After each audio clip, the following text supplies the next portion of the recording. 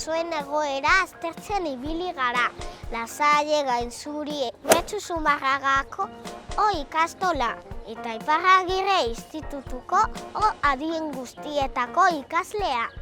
Paisaia aztertu dugu eta batez ere pinuak nagusitzen direla ikusi dugu. Natura eta basoak zainduko ditugu, zaborra bota gabe.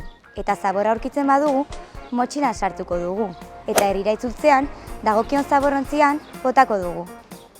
Mendira goazenean ere kontuz ibiliko gara ahalik eta arrasto gutxien utziz, behar den bidetik joanez eta hondakinak jasoz. Animaliak aurkitzen baditugu, bakean utziko ditugu. Eta ez gara joango musika ozen ipinita animali batzuentzat kaltegarria izan daitekeelako. Baso mozketak ekiditeko paperaren erabilera murriztuko dugu birziklapena eta berrerabilera indartuz. Hartutako konpromisoez gain, proposamen batzuk ditugu.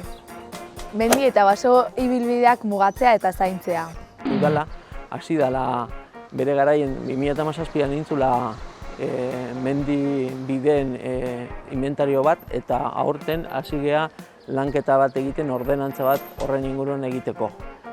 Ordenantzan kontutan izango dugu proposamena eta azken finean lortuko duguna horrekin izango da ibilbide, mendi eta landa ibilbide horiei lehentasuna ematea oinezkoentzat eta udala saiatuko da ordenantza horrekin batera landabideek ondo mantentzen eta kurioso mantentzen aukera izateko, mendira joateko. Herritarrok bat eginez eta errekarekin egin ohi dugun bezala, elkarrekin basoa garbitzea eta herritarroiz zuhaitzak landatzeko baliabideak eskaintzea nahi dugu.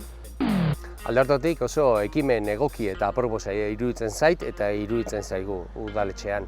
Eta honekin batera ere bai, honelako egun poli bat suertatzeko eta antolatzeko prest gaude, guztiok basoaren egun hortan egun horri bide emateko eta guztiok auzolan hortan basora jun, mendira jun, garbitu eta egun pasa parte hartze prozesu gisa eta danok bat antolatuta. Eta honekin batera ere bai, esan beharra dago, ez? Zumarragako udalaren ekimena izan dela, jaio berriak izan diren guzti horiek arbol hori landatzeko aukera eskaintzea, ez?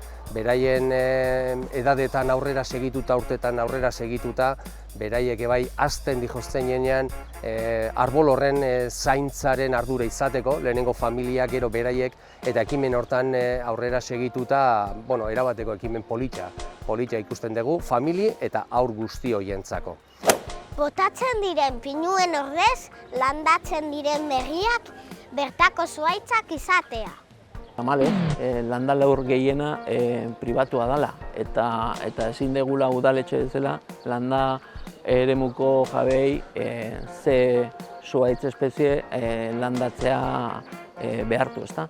Baina, bai Urretxuko Udalaren aldetik behintzat azkenengo urteetan lursail batzuk erosi ditugu Santa Barbara inguru hortan eta bai ari gehala justo eskakizun hortan azaltzen dena egiten. De hecho, Aterpetxe ondon erosi dugu lursail bat 3.000 metrotakoa eta han pinuk zeren eta ja kenduta dare eta landaketak hemengo espeziekin egingo ditugu. Gauza berdina egin dugu Santakutzeko hotela zanaren lursail bat bereganatu gendun 2008an eta 55.000 metro horietatik hasi geha pinuk eta kentzen eta aurten lehenengoko aktuazio bezala 100 pago sartu ditugu eta poliki-poliki egingo dugu porque malda handia dago eta egonkortasuna eta bermatzeko hola poliki-poliki jongo gara, baina aktuazio potolo bat ere egin gendun bere garaien 2008an baita ere eta instituto beko lursailen 20.000 metro inguruko lursail hortan 2.600 baino zuhaitz gehiago sartu ditugu eta danak gure ingurukoak dira eta azken finen lortu nahi duguna da proposatzen dezutena, ezta? Poliki-poliki gure landar lurrak eta hemengo basoetan bihurtzea. Mendierterak antolatzea, albada adituekin eta zuhaitzaren eguna antolatzen den bezala, basoaren eguna antolatzea. Ekimen oso polita iruditzen zat eta kasu honetan ebai, zuen ekimen hortan urubelarri sartuko den aztertzeko eta honelako egun bat egiteko. Errekaguna beste erabateko eta beste prestazio batzuk dauzkan ekimena izan da, baina auzolan puntu hontan honelako egun bat bideratzea adituekin, baso guzti eta zebai hobeto jakiteko ekimen oso polita eta ondo iruditzen zaeten ekimena izan dela. Eta honekin batera ere bai, zuekin konpartitu, bagabiltzala herrian gunean dauzkagun hainbat zuhaitzen ingurun plakatxoa jarri, eta plakatxo hortan hainbat informazio, arbol horren inguruko informazio guztia, eta informazio guzti hori erresago aztertu ahal izateko eta danok jakitun izateko arbol hori zer dan, noiztik dagon, hein handi baten atzekaldeko sekuila daukagu ejemplo, eta honelako ekimene horrekin aurrera QR informazio guzti hori bagabiltz hortan eta mendekan gutxira errealitate bat izango dela aurreratzen dizuet. Ingurunean landatzen diren zuhaitzen inguruan lurra jartzea eta ez baldosak. Eskari hori kontutan izango dugu, baina ez da oso erresa. Beti ere oreka bat bilatu behar degulako bai garbitasun, bai irisgarritasunaren ingurun, ezta?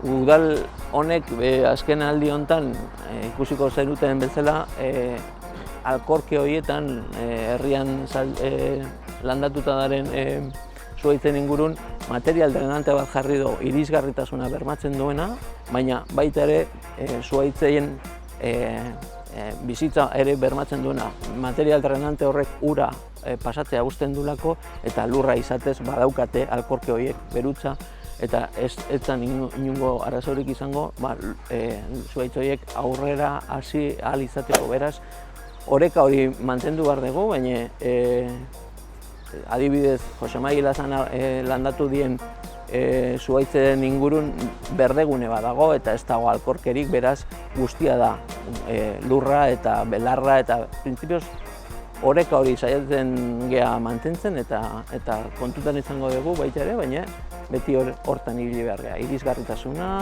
eta hortan ari gea. Eskerrik asko Zuen erantzunaren gatik.